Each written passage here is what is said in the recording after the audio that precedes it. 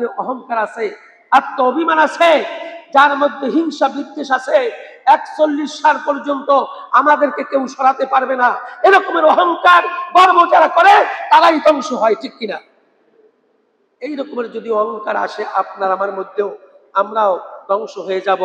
আল্লাহর কোরআনের কথা, আমার রসুলদের কথা ইতিপূর্বে আমরা যা দেখেছি, একেবারে আদম সৃষ্টির শুরু থেকে অদ্যাবধি পর্যন্ত যেই সমস্ত নবী এবং রসুল আলেম ওলামাদের বিরুদ্ধাচরণ করেছে, হিংসা করেছে, বিদ্বেষ করেছে, আলেম বিদ্বেষী হিসাবে স্বীকৃতি দিয়েছে, তারাই ধ্বংস হয়েছে। কিয়ামত পর্যন্ত লানত প্রাপ্ত তারাই থাকবে, ঠিক কিনা? মনে রাখতে হবে, মানুষ হিংসা করা যাবে না। আলেমদেরকে মহব্বত করতে হবে, আলেমদেরকে ভালোবাসতে হবে। আল উলামাউ ওয়ারাসাতুল আম্বিয়া আও কামা ক্বালা রাসূলুল্লাহি সাল্লাল্লাহু আলাইহি ওয়াসাল্লাম। আমার রাসূল বলেন, আলেমরা হচ্ছে আমার ওয়ারিস, আমার বংশধর, যেমন আলেমরাও তেমনি। বলুন না সুবহানাল্লাহ। সুতরাং আলেমদের বিরুদ্ধে অনেক মানুষ এখন বলে, কেউ কেউ বলতে শুনছি, আপনারাও শুনেছেন, যে আলেমদের ঘরে যেন কোনো মৌলবাদীদের ঘরে যেন কোনো কিনা হয়, সন্তান মা বোনদেরকে তিনি আহ্বান করছে, আপনাদের পেটে কোনো মৌলবাদীদের সন্তান নিবেন না। বলুন না নাউজুবিল্লাহ। কত বড় জালেম হলে, কত বড় অহংকারী হলে, কত বড় গর্ব থাকলে, আত্ম অভিমান থাকলে এই মানুষটা আলেম বিদ্বেষী মনোভাব সৃষ্টি করে মানুষের মাঝে, তাও মুসলমানের দেশে প্রকাশ করতে পারে। এখন পর্যন্ত তাকে কিছুই করা হয় নাই, ঠিক কিনা? চ্যানেলটি সাবস্ক্রাইব করে আমাদের সঙ্গেই থাকুন। আল্লাহ পাকের সবচেয়ে প্রিয় সৃষ্ট জীবের মধ্যে সৃষ্টি, জীবের মধ্যে সবচেয়ে উৎকৃষ্ট এবং শ্রেষ্ঠ। সেই হিসাবে আমরা গর্বিত যে আল্লাহ রাব্বুল আলামিন আমাদেরকে এই সৃষ্টিকুলের মধ্যে সবচেয়ে দামি হিসাবে মূল্যায়ন করে আল্লাহ রাব্বুল আলামিন আমাদেরকে যে সৃষ্টি করেছেন, এবং সেই সৃষ্টি জীবের মধ্যে আমরা একজন। এজন্য মহান আল্লাহ রাব্বুল আলামিনের দরবারে লাখো কোটি শুকরিয়া, যেহেতু আমরা শ্রেষ্ঠ জীব। এই শ্রেষ্ঠ জীবের আল্লাহ রাব্বুল আলামিন যেমন শ্রেষ্ঠত্ব রেখেছেন, তেমনি ভাবে এই শ্রেষ্ঠ জীবের জন্য আবার নিকৃষ্ট আবাস স্থল তিনি তৈরি করে রেখেছেন। যেমন করে আবাসস্থল তৈরি করেছেন এই সৃষ্টির মধ্যে শ্রেষ্ঠ জীবের জন্য সবচেয়ে উৎকৃষ্ট আবাসস্থল, আবার তেমনি ভাবে পক্ষান্তরে এই সৃষ্ট জীবের মধ্যে, সৃষ্টিকুলের শ্রেষ্ঠ এই জীবের মধ্যে সবচেয়ে নিকৃষ্টতম আবাস স্থল আল্লাহ রাব্বুল আলামিন সৃষ্টি করে রেখেছেন।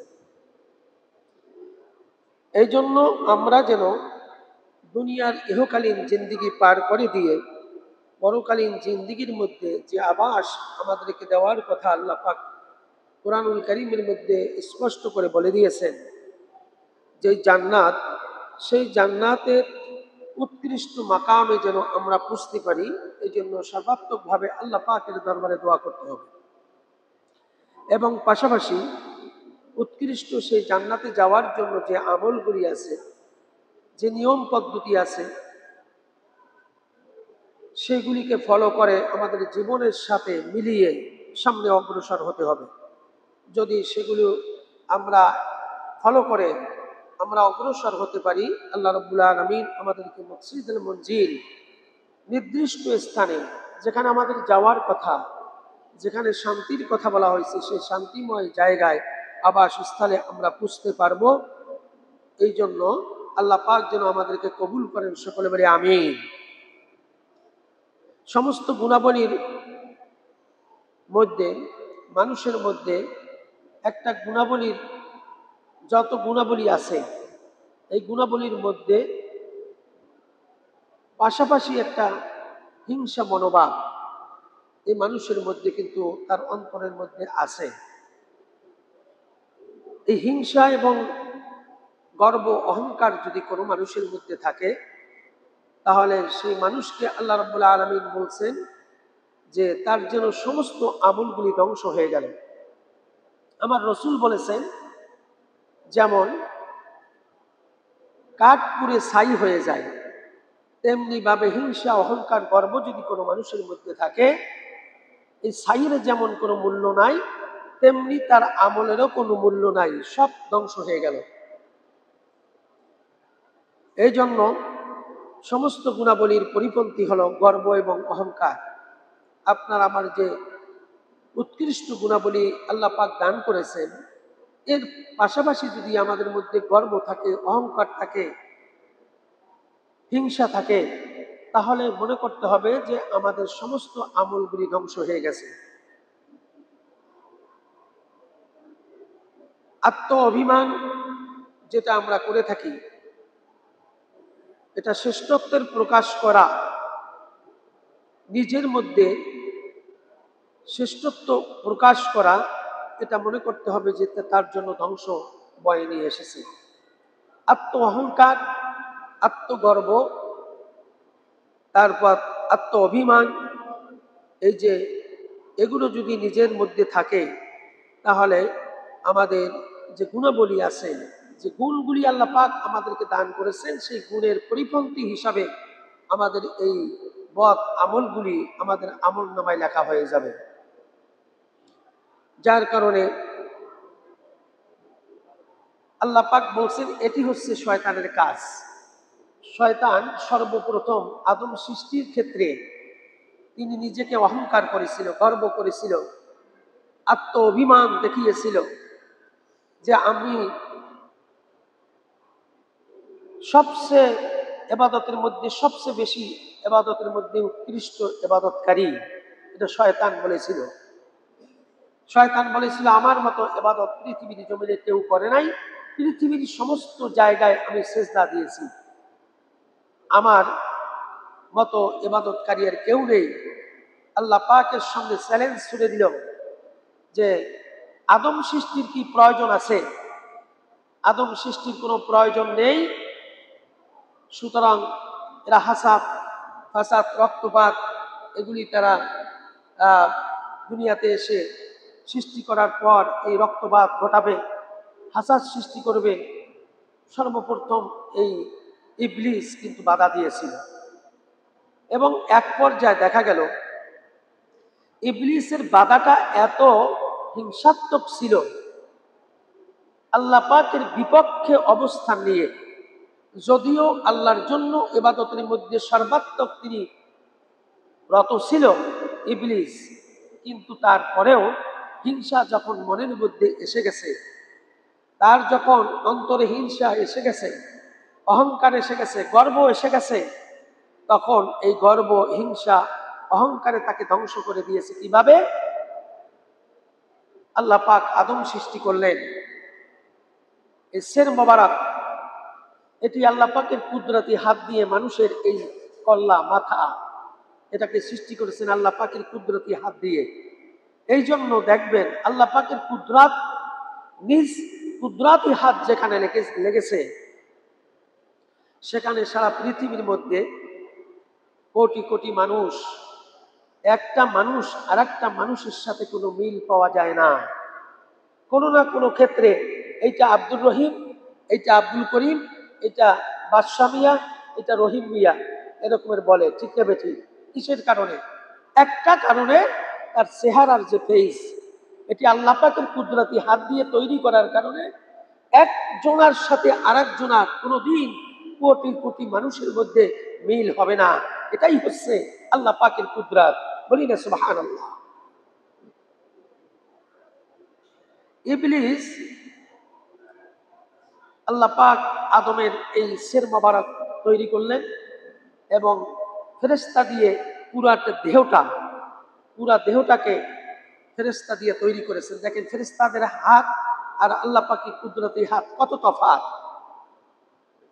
একটা মানুষের মাথা নেই, এই মানুষটাকে চিনতে অনেক কষ্ট হচ্ছে, পায়ের আঙ্গুল দেখে দাগ আছে কিনা, শরীরে অন্য কোনো কিছু আছে কিনা, এরকমের দেখে দেখে এই মানুষটাকে চিনতে অনেক তদন্ত করতে হয়, ঠিক নেবে ঠিক?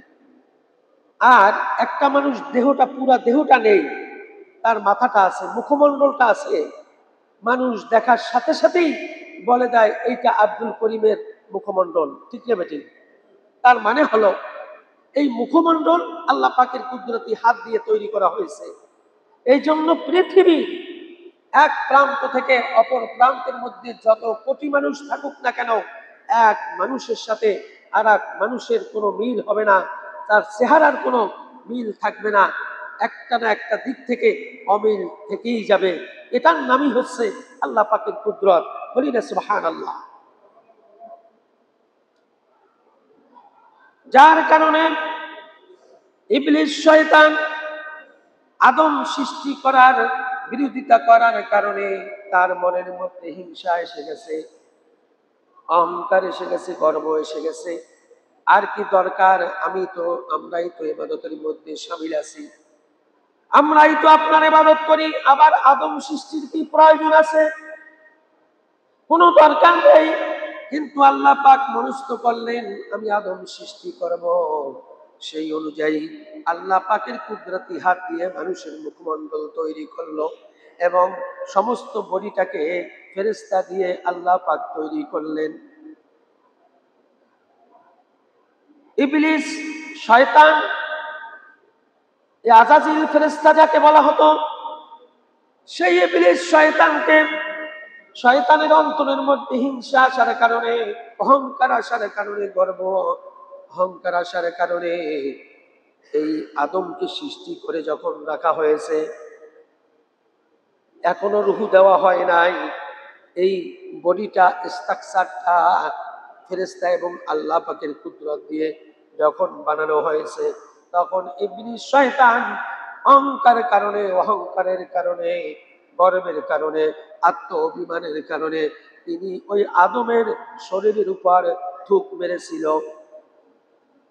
এরকমের তিনি মুখ দিয়ে থুতু নিক্ষেপ করেছিল আদমের শরীরের উপরে। বলি না নাউজুবিল্লাহ। কেন করেছিল?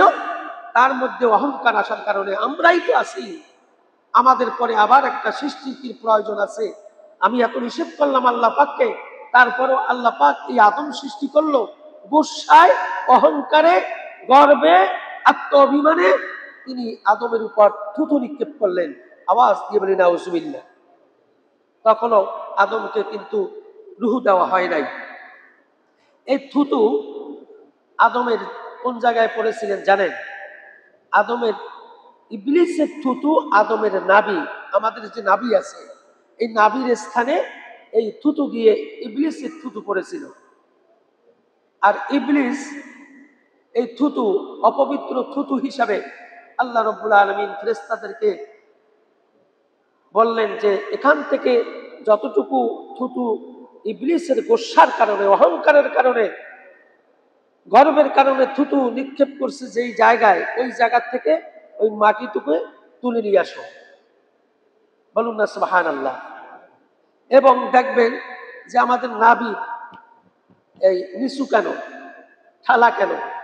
এই নিচু হওয়ার কারণ হচ্ছে এই জায়গার মাটিটুকু আল্লাহ পাক উত্তোলন করার কারণে এই নাভিটা কি হয়েছে? নিচু হয়ে গেছে। এই জায়গায় মাটির তোলা হয়েছে। আদমের এই জায়গা থেকে মাটিটা তুলে নেওয়া হয়েছে। কারণ হলো ইবলিস গোসায়, অহংকারে আদমের প্রতি থুতুকি নিক্ষেপ করেছেন। আল্লাহ পাক ওই জায়গার মাটি তিনি রাখেন নাই, ফেরেশতা দিয়ে তুলে নিয়ে এসেছে।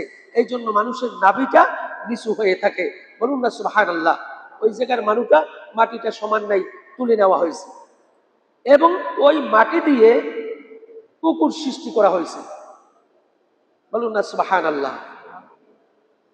কুকুর এই জন্য মানুষের সবচেয়ে, প্রাণী জগতের মধ্যে কুকুর হচ্ছে মানুষের মধ্যে, শিষ্ট জীবের মধ্যে মানুষের একমাত্র ভক্ত প্রাণী, ঠিক নেবে ঠিক? আপনি দেখবেন একটা কুকুরকে যদি একবেলা খানা দেন, এই আপনার পিছনে পিছনে হাঁটতে শুরু করবে। আপনি কোথায় যান আপনাকে ফলো করে, আপনাকে দেখলে দৌড়িয়ে আসে। তার কারণ হলো আদমের একটা অংশ এই কুকুর দিয়ে সৃষ্টি করা হয়েছে, যেইটা অপবিত্র হয়ে গেছে ইবলিসের কারণে। ইবলিস থুতু নিক্ষেপ করেছে, এই অপবিত্র জায়গার মাটিটুকু তুলে নিয়ে এসে কুকুর সৃষ্টি করার কারণে এই জন্য কুকুরটা অপবিত্র। কুকুরটা কি? অপবিত্র। কিন্তু মানুষের সবচেয়ে ভক্ত প্রাণী হচ্ছে কুকুর, ঠিক কিনা? এটা হচ্ছে এই সৃষ্টি জগতের মানে মূল রহস্য। সেই জন্য আমি অহংকার, গর্ব, হিংসা, বিদ্বেষ যেই মানুষের অন্তরের মধ্যে থাকবে, যেমন ইবলিস হিংসা করে আদমের উপর থুতু নিক্ষেপ করার কারণে আল্লাহ পাক তাকে ইবলিস হিসাবে, আজাজিল হিসাবে তাকে দুনিয়া থেকে, তাই আল্লাহর সৃষ্ট জগৎ থেকে তাকে পৃথক করে দিল এবং কিয়ামত পর্যন্ত লানত তার উপরে বর্ষণ হলো। কিয়ামতের পরে আবাদাকাল তাকে জাহান্নামের মধ্যে নিক্ষিপ্ত করা হবে, যে এই জায়গা থেকে আর কোনোদিন আবার ইবলিস আর বের হতে পারবে না। আওয়াজ দিয়ে বলি নাউজুবিল্লাহ। যার কারণে আল্লাহ রাব্বুল আলামিন তিনি বললেন, ওয়ালা তামশি ফিল আরদি মারহান ইন্নাল্লাহা লা ইউহিব্বু কুল্লা মুখতালিন ফাকুর। আল্লাহ রাব্বুল আলামিন বললেন, এই জমিনের উপর গর্ব অহংকার ভরে যারা চলাফেরা করে, আল্লাহ পাক নিষেধ করে দিলেন এই জমিনের মধ্যে তোমরা গর্ব অহংকারে চলাফেরা করিও না। নিষেধ কার? আল্লাহ পাক স্পষ্ট বলেছে তোমরা অহংকার রাখতে পারবে না।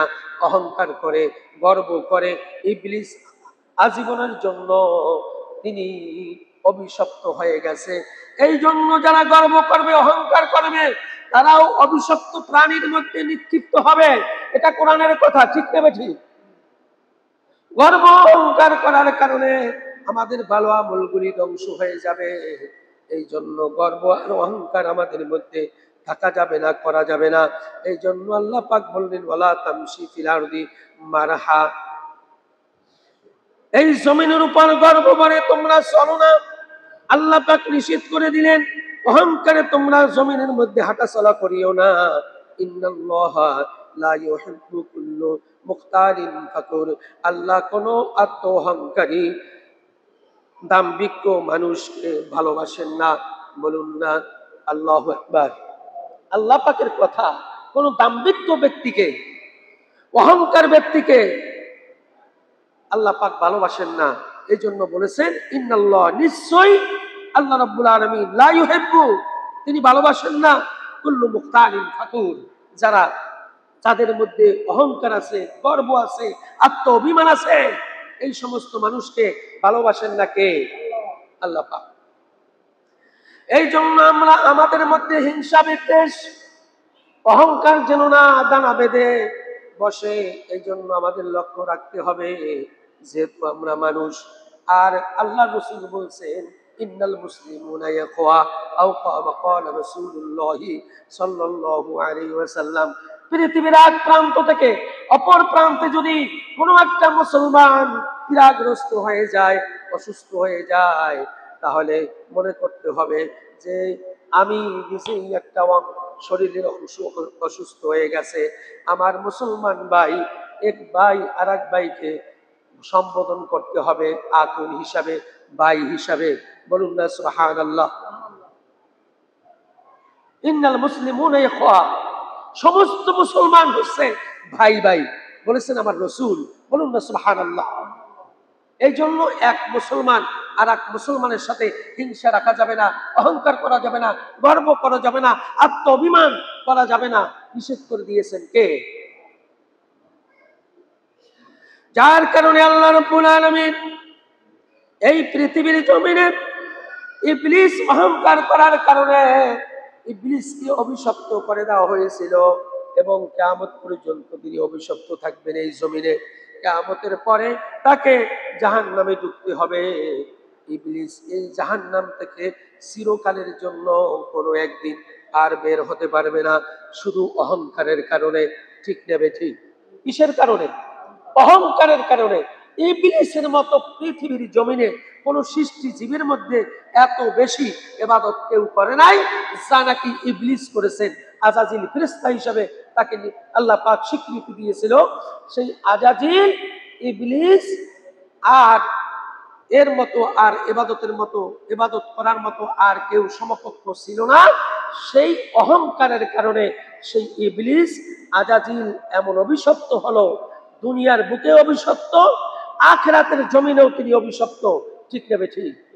মনে রাখতে হবে ও মুসলমান, আমাদের মধ্যে যদি ইবলিসের কোনো গুণাবলী থাকে, এটা ছিল হিংসা, বিদ্বেষ, অহংকার, গর্ব, এটা ইবলিসের গুণাবলী। এটা কার গুণাবলী? ইবলিস, শয়তানের গুণাবলী। শয়তানের গুণাবলী কোন মানুষের অন্তরে যদি থাকে, তাহলে এই ব্যক্তিও জান্নাতে প্রবেশ করতে পারবে না।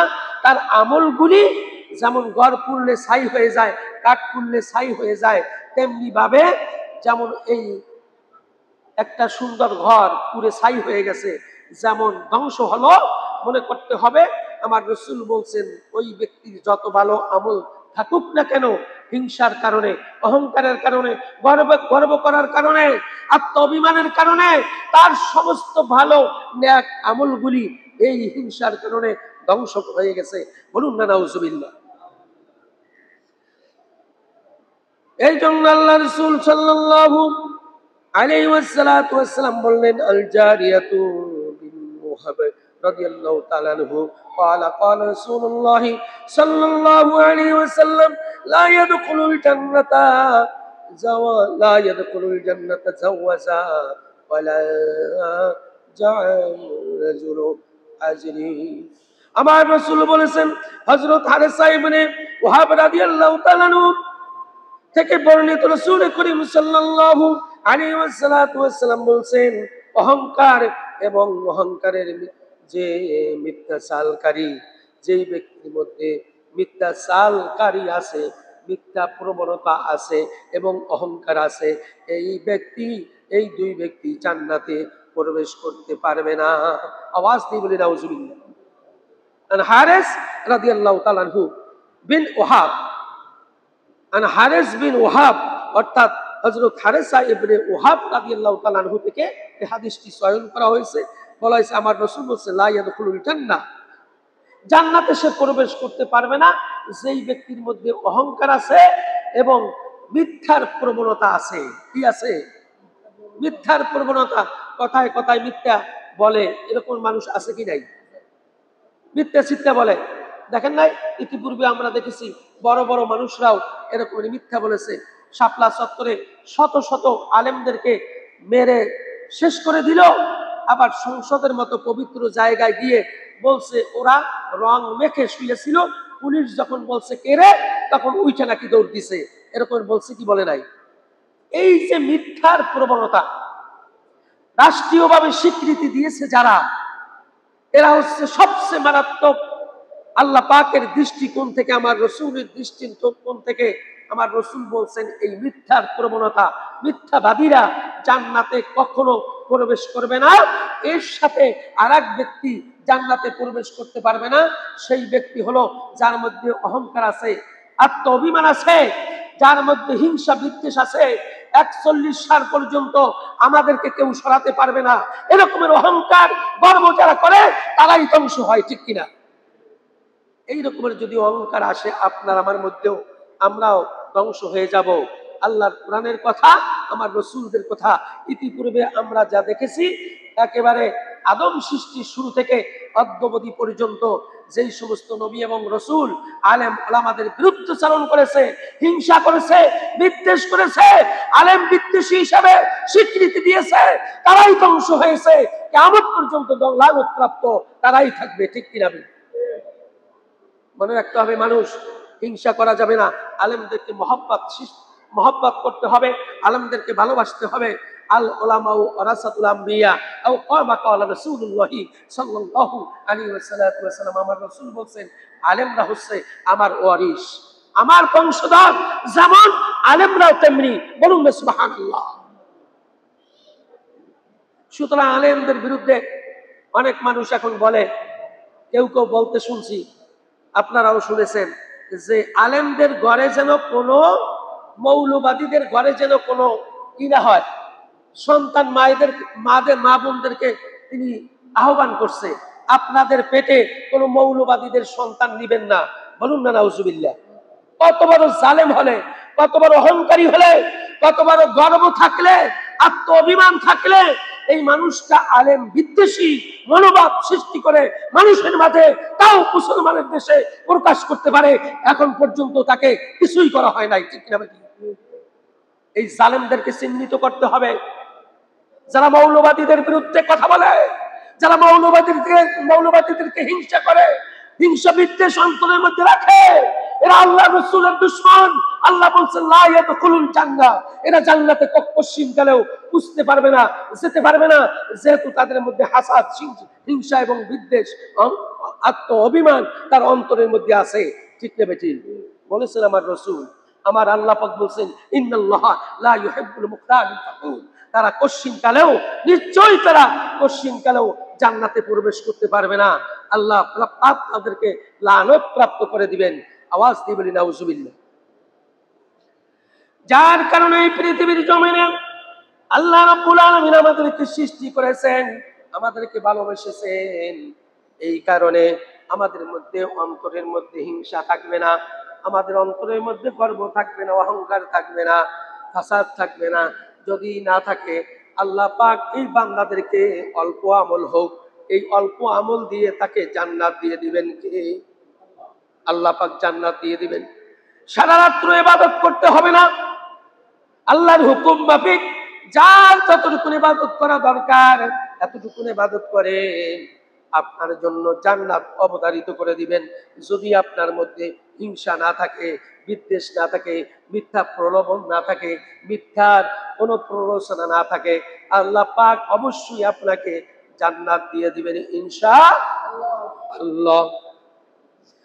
এই জন্য আল্লাহ রাব্বুল আলামিন সূরা হুমাজা একটা ছোট্ট সূরা আছে, এই সূরাটা পড়ে দেখেন। এই সূরাটার মধ্যে কিন্তু এই সব কথা আল্লাহ পাক নির্দিষ্ট করে দিয়েছেন। সেই জন্য আল্লাহ পাক বললেন, সেই সব লোকের জন্য ধ্বংস এবং ক্ষতি অবধারিত যারা অপরের দোষ ত্রুটি অনুসন্ধান করে আর পরনিন্দায় চর্চা পঞ্চমুখ হয়ে থাকে। নিজের দোষ হাজারো আছে, কিন্তু মৌলবাদীদের দোষের কোনো শেষ নাই। আছে কি নাই? এরকম মানুষ আছে কি নাই? মৌলবাদীদের শুধু দোষ খুঁজে। ওই যে হুজুর মানুষ আজকে জোরে হাঁটে কেন? ওই যে মনে হয় খানার টাইম চলে যাইতেছে, কোন বাড়িতে খানা আছে, হয়তো দূরে খানা পড়ছে, এই জন্য জোরে জোরে যাইতেছে। আছে কি নাই? আবার যদি আস্তে আস্তে হাঁটে, ওই যে আজকের হুজুর মনে হয় খানা খুব বেশি খাইছে, হাঁটতেও পারে না, ঠিক নেবে ঠিক। এই রকমের মৌলবাদীদেরকে যারা দোষ ত্রুটি খুঁজার সন্ধানে থাকে, আল্লাহ পাক বলছেন যে তারা অনুসন্ধান যারা করে, এই তাদের জন্য দোষ চর্চায় যারা পঞ্চমুখ হয়ে থাকে, তারা জান্নাতে প্রবেশ করতে পারবে না। বিশেষ করে আলেমদেরকে ভালোবাসতে হবে, এটা আল্লাহ পাকের কথা।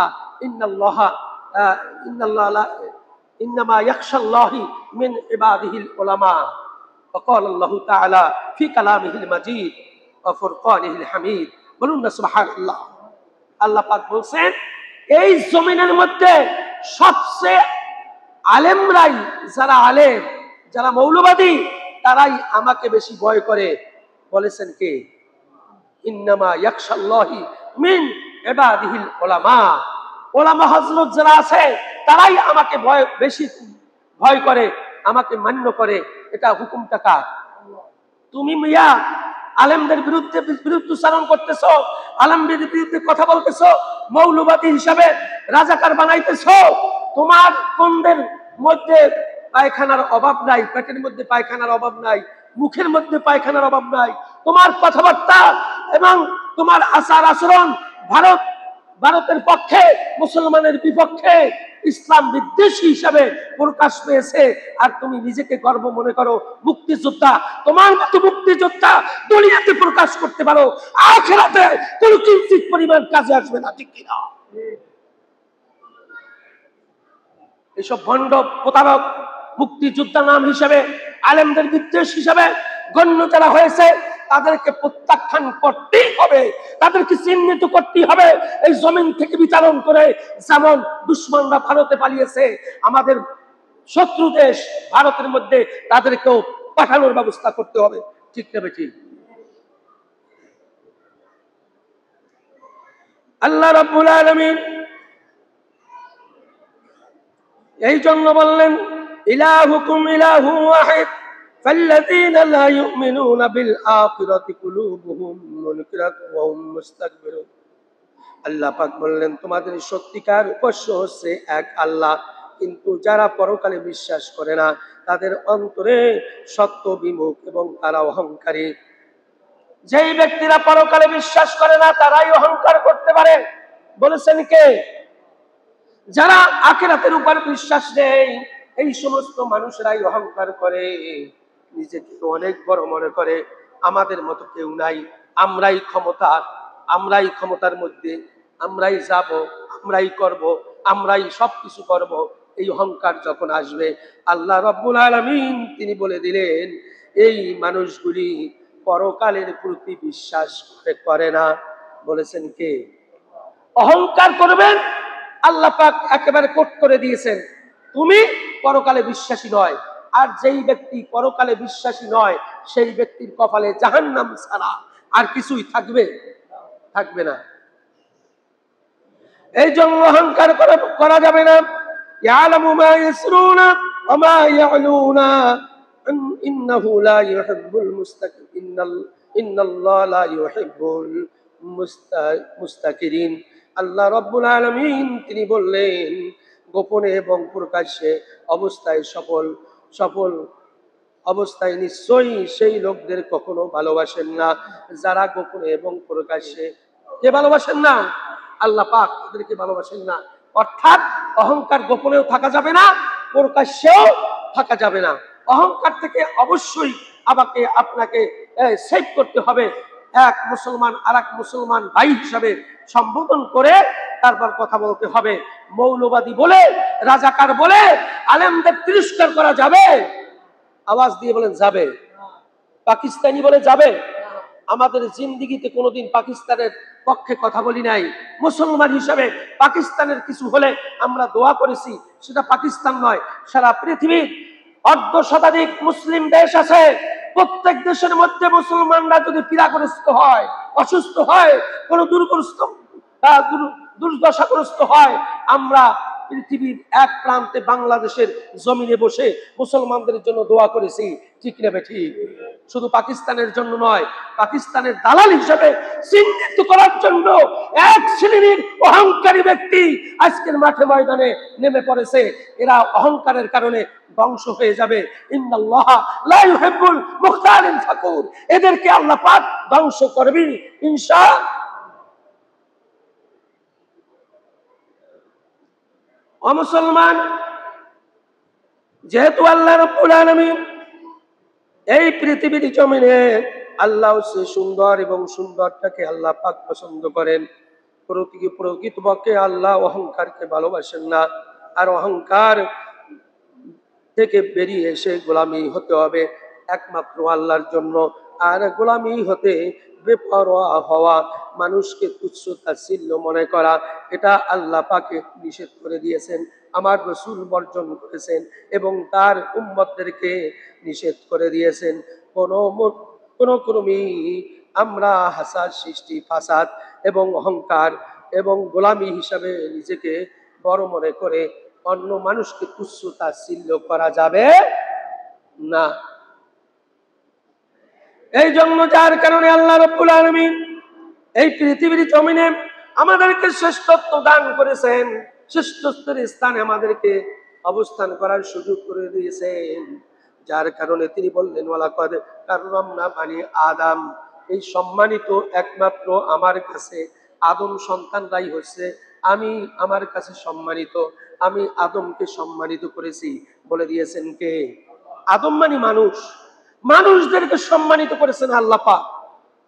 সুতরাং এই সম্মানের স্থানে থাকতে বলেছেন কে? মানুষদেরকে বলছেন তোমরা সম্মানের স্থানে অবস্থান করো। সম্মানের স্থান থেকে যখন ব্যতিক্রম কিছু ঘটবে তখন তোমরা ইবলিস যেমন বিতাড়িত হয়েছে, তেমনি ভাবেও তোমরা ইবলিসের মতো বিতাড়িত হবা দুনিয়ার জমিন থেকে এবং আখিরাতের ময়দান থেকে।